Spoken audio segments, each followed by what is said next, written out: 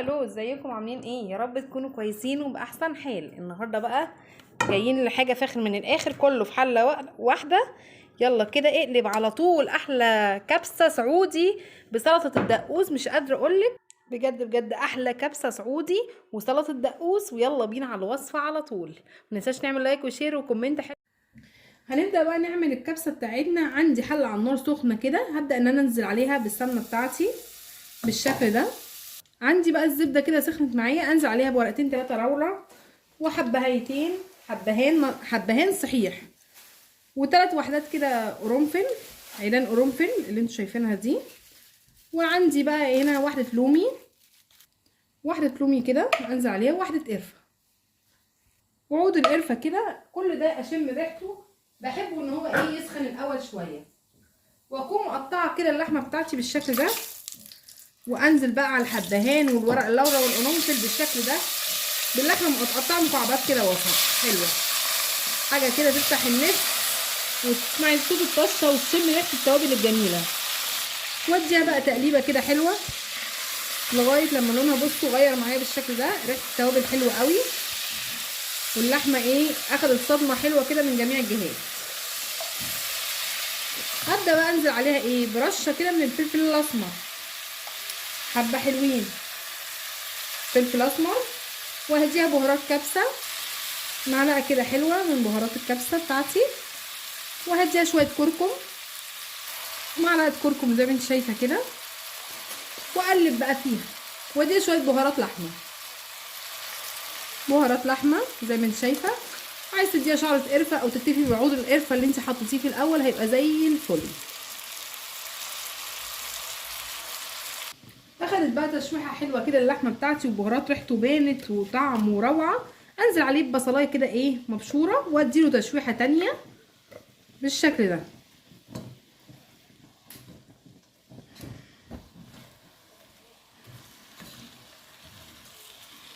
البصلايه دبلت معايا بالشكل ده، اخدت لون حلو ومكرمل مع البتاع. ابدا انزل عليه بجزرايه مبشوره بالشكل ده واديله تقليبه.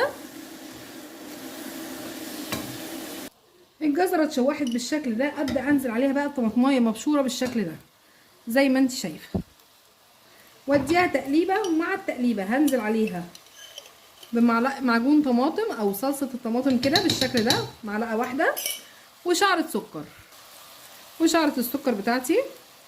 واديها بقى تقليبه كلها في قلب بعضيها كده، تاخد من ريحه بعضها. حاجه كده روعه، حاجه كده من اهل السعوديه الجمال بجد. احلى اكله في بلدكم فعلا الكبسه دي، احنا اتعلمناها منكم. يعني اكله فعلا خرافيه، تحسي غنيه وكله في حله واحده. واقلب قلب وشقلب واقلب قلب وشقلب، احلى كبسه سعودي باذن الله. شوحتها حلو بقى، هبدا ان انا انزل عليها بميه اللي تسوي لي اللحمه، يا دوبك تغطي لي اللحمه بالشكل ده. واسيبها بقى تغلي وتستوي على نار هاديه براحتها، حوالي كده ساعه الا ربع حسب القطعيه اللي انت واخداها في اللحمه، طريه وناعمه باذن الله تكون. اسيبها بقى تستوي كده على نار هاديه. عندي بقى كده بص على اللحمه بتاعتي اشوفها لقيتها استوت وما شاء الله. انا زودتها ميه شويه بس ما صورتش الحته ديت. هبدا ان انا انزل عليها بقى بالملح بتاعي اللي انا عايزاه للرز وللحمه. تمام، ما تكتريش قوي عشان برضو الحاجه ما تبقاش مملحه. وعندك رشه فلفل اسمر تاني، هديها رشه فلفل. واديها بقى معلقه بهارات الكبسه تاني معايا عشان يبقى الرز معايا كده مبخر وحلو.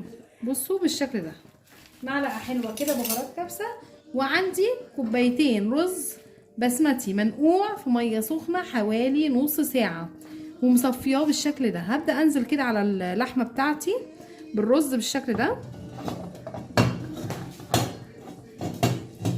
نزلت بالمقدار الرز بتاعي كده كوبايتين الرز، وابدا ان انا اقلبه. انا كده الرز بتاعي مش محتاج اي سوائل عشان يبقى يطلع معايا مفلفل والحبايه حلوه. ليه؟ لان انا نقعاه. يعني هو هيبقى مثلا كوبايه الرز البسمتي بتاخد كوبايه ونص ميه ما دام منقوع، ما بتاخدش كوبايتين. انا بالنسبه لي السوائل كده حلوه، يا دوبك بتتغطى بعقل الصباع. بقيس اكون شايفه الرز. بصوا حلو كده. هديله بقى غلوه واوطي عليه بقى يتشمع معايا، ونعمل سلطه احلى دقوس واحلى كبسه. غليت معايا بالشكل ده واتشربت ما شاء الله. بصوا فيها سوائل خفيفه. هبدا ان انا اديها تقليبه كده حلوه، واوطي بقى ايه عليها على نار هاديه لمده نص ساعه تكمل سواها وتشرب من اللحمه وتبقى اخر عيل. هوطي بقى عليها كده. بقى نعمل سلطه الدقوس. عندي كده حوالي نص كيلو طماطم وقرنين فلفل حامين و5 فصوص توم، وعلى الكب على طول كل الحاجات دي بتاعتي. وعلى الكبه بقى ايه اقطع القرن فلفل كده حلو حامي حراق. حطيت الفلفل مع الثوم بالشكل ده وابدا ان انا اضربه الاول ضربه كده قبل ما الطماطم احطها. بعد بقى ما فرمت الثوم بالفلفل زي ما انتم شايفين ابدا انزل عليه بقى بالطماطم كده كلها تتفرم معايا، وابدا ان انا افرم كده. بعد بقى ما ضربت الطماطم بالثوم بالفلفل بالشكل ده هبدا بقى ان انا ايه اصفي كل احط قصدي المقدار ده كله كده في بوله عندي حلوه ظريفه بالشكل ده. حطيتها بالشكل ده ابدا انزل عليها كده بربع كوبايه من الخل، واحط لها بقى ايه رشه ملح ظريفه ما كترش قوي ورشه فلفل اسمر، وهي اصلا سبايسي فحاجه كده روعه. واديها تقليبه واقدمها بقى مع الكبسه بتاعتي وشويه زيت كده، وهي دي سلطه الدقوس بتقدم مع الكبسه حاجه كده روعه.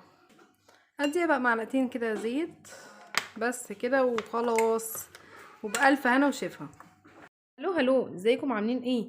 يا رب تكونوا كويسين وباحسن حال. النهارده جايين نعمل وصفه كبسه سعودي. مش قادره اقولك اللحمه دايبه، بصوا مش قادره اقولك دايبه خد جدا ومستويه، ومعاها سلطه الدقوس الجميله. ويلا بينا على اللايك والشير والكومنت، ويلا بينا على الوصفه على طول. احلى كبسه سعودي ويلا بينا على الوصفه.